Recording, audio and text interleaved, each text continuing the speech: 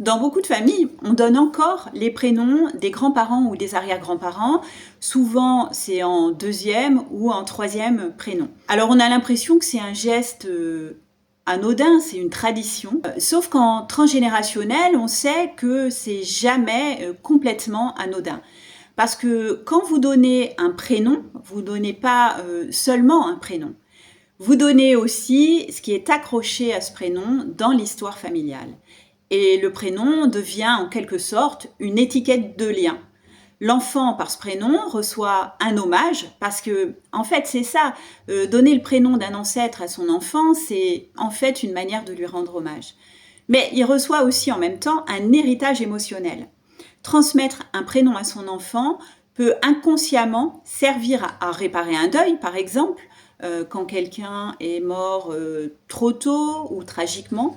Et par exemple, le prénom devient une manière de garder la personne, de ne pas la perdre complètement. Le prénom, il peut aussi venir apaiser une culpabilité. On rattrape symboliquement en donnant le prénom. Enfin bref, je ne vais pas vous énumérer toutes les possibilités, mais ce qu'il faut retenir, c'est que c'est jamais anodin. Et le plus important dans tout ça, c'est pas tellement de culpabiliser les parents. Donner ce prénom, c'est souvent un geste d'amour, mais ça vaut la peine, avant de donner un prénom, de se poser ces questions.